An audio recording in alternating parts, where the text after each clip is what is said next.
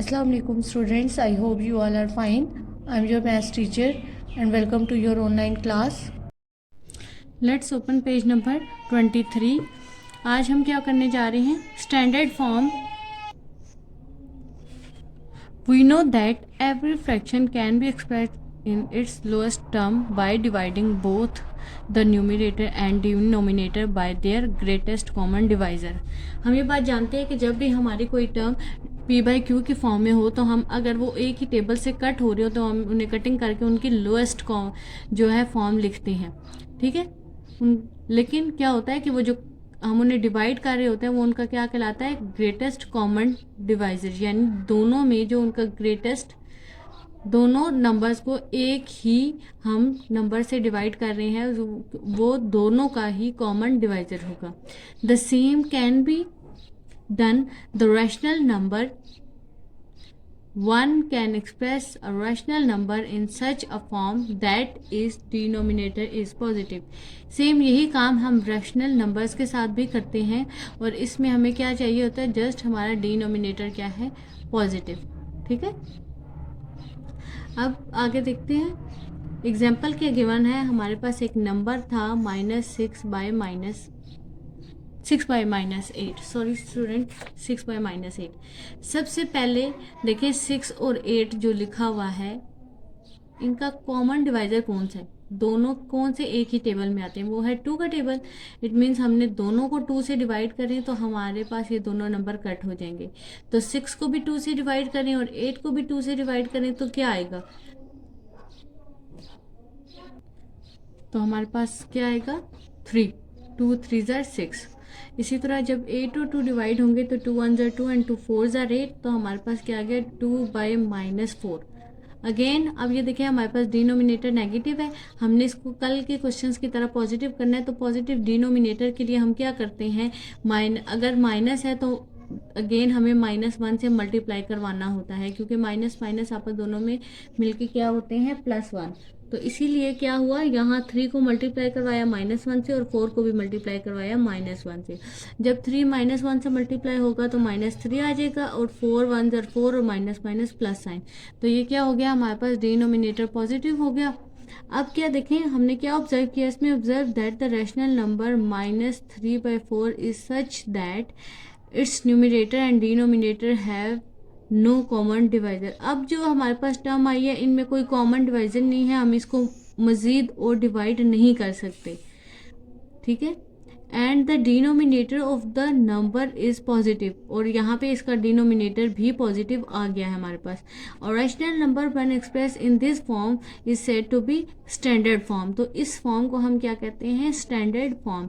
यानी सबसे पहले हमने उनका कॉमन डिवाइजर ढूंढना है, उनको डिवाइड करने के बाद अगर हमारा डिनोमिनेटर नेगेटिव है तो हम उन्हें पॉजिटिव करें, और इस तरह जो हमारे पास टर्म आएगी जिसका कोई भी कॉमन डिवाइजर नहीं होगा और हमारी डिनोमिनेटर की टर्म भी पॉजिटिव हो तो ये फॉर्म कहलाती है स्टैंडर्ड फॉर्म। चलें अब अपनी एक्सरसाइज की तरफ चलते हैं। सबसे पहले एक्सरसाइज 2B में सबसे पहला जो क्वेश्चन है फिल इन द ब्लैंक्स का है। तो हमारे पास -56 बाई -96 है। अब ये क्या लिखा हुआ है? -6 by -96 is expressed in the standard form as. जब ये नंबर हमने स्टैंडर्ड फॉर्म में कन्वर्ट करना है तो सबसे पहले हमने इसका कॉमन डिवाइजर ढूंढना है। उसके बाद हमने क्या करना है कि अगर हमारा डिनोमिनेटर नेगेटिव है तो इसको मल्टीप्लाई बाय -1 करेंगे तो हमारे पास जो कॉमन डिवाइजर है वो क्या आ जाएगा? -7/12। Which of the fraction is greater. अब हमारे पास 2 फ्रैक्शन है, उनमें से हमने बताना है कौन सी ग्रेटर है। तो स्टूडेंट कभी भी ऐसा नहीं होता कि जो आपको ग्रेटर लग रही है, जैसे ये 3/4 है और यहाँ 11/5 है तो आप उठा के कहें कि जी ये बड़ी लग रही है तो ये होगी। ऐसा कभी भी नहीं होता, क्योंकि हमने डिनोमिनेटर को देखना होता है। जितना डिनोमिनेटर हमारी किसी वैल्यू का बड़ा होता है उतनी ही वो वैल्यू छोटी होती है। इट मीन्स 3/4 जो है इसका डिनोमिनेटर छोटा है और इस वैल्यू का बड़ा है, तो जिसका डिनोमिनेटर बड़ा होगा वो वैल्यू छोटी होगी। तो इसने क्या कहा? ग्रेटेस्ट कौन सी है? तो इट मीन्स 3/4 जो है हमारी ग्रेटेस्ट है। देखने में इसका जो है डिनोमिनेटर बहुत छोटा है लेकिन ये वैल्यू जो है हमारी ग्रेटर होगी। द रेसिप्रोकल कहते हैं उल्ट का, जैसे उल्ट करने को। 1/2 तो इसका उल्ट क्या हो जाएगा 2/1। तो इसी तरह 5/7 है तो इसका इन्वर्स क्या हो जाएगा 7/5। क्या आगे लिखा हुआ है इज 5/7 इज लेस देन 2/5, कि क्या 5/7 जो है वो हमारा लेस है 2/5 से।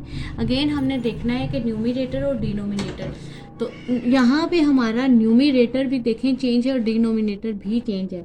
तो जब हम डिवाइड करें तो 5/7 को और 2/7 को, तो जो हमारी वैल्यूज़ बड़ी आएगी, जैसे 5/7 को करें तो देखें नहीं आता, ज़ीरो लगाएंगे पॉइंट। जब ये 50 होगा 7 7 ज़ार 49 एंड देन आगे आ जाएगा 1। इसी तरह आप 2/5 को करें तो हमारे पास ज़ीरो या लगाएंगे, 5 4 ज़ार 20। तो 0.7 बड़ा है या 0.4 बड़ा है? 0 कौन सा हमारा बड़ा है? 0.7 बड़ा है ना। तो यहाँ क्या लिखा था इस 5/7 लेस, क्या 5/7 वाली छोटी है देन 2/5? तो ये तो हमारी बड़ी है तो हम यहाँ लगा देंगे नो। आगे है द स्टैंडर्ड फॉर्म ऑफ -9/8 तो क्या होगा जब माइनस, हम इसके स्टैंडर्ड फॉर्म में देखें ये दोनों एक दूसरे से कट नहीं हो सकते, तो जस्ट हमने डिनोमिनेटर पॉजिटिव करना है। डिनोमिनेटर पॉजिटिव करने के लिए -1 से दोनों वैल्यूज़ को मल्टीप्लाई करवाएंगे तो ये भी पॉजिटिव आ जाएगी, ये भी। तो इसकी स्टैंडर्ड फॉर्म जस्ट क्या हो जाएगी 9/8। Move to the next page. Question number 2 है express the following rational number into standard form. तो जो अभी मैंने आपको स्टैंडर्ड फॉर्म सिखाई है सेम वही आपने इस पर अप्लाई करनी है।